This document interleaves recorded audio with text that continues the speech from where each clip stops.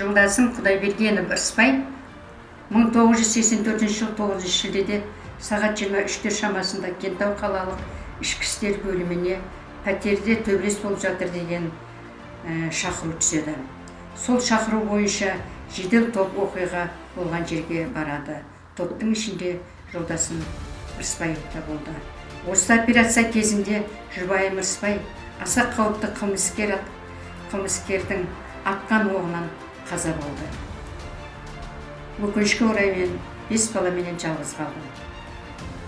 Мен Қазақстан Республикасы ішкі істер министріне, Түркістан облысы полиция департаментіне, Кентау қаласының полиция бөліміне үлкен рахметімен алғысым шексіз.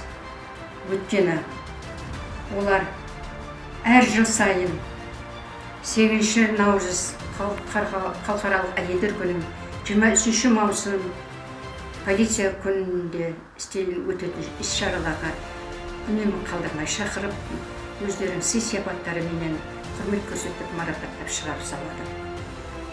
Қазіргі таңда Кентау қаласында Құдайберген Ырысбайдың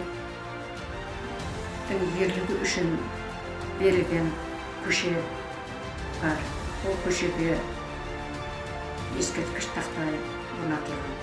Мен бүкіл Қазақстан полициясына үлкен еңбектерінде табыс,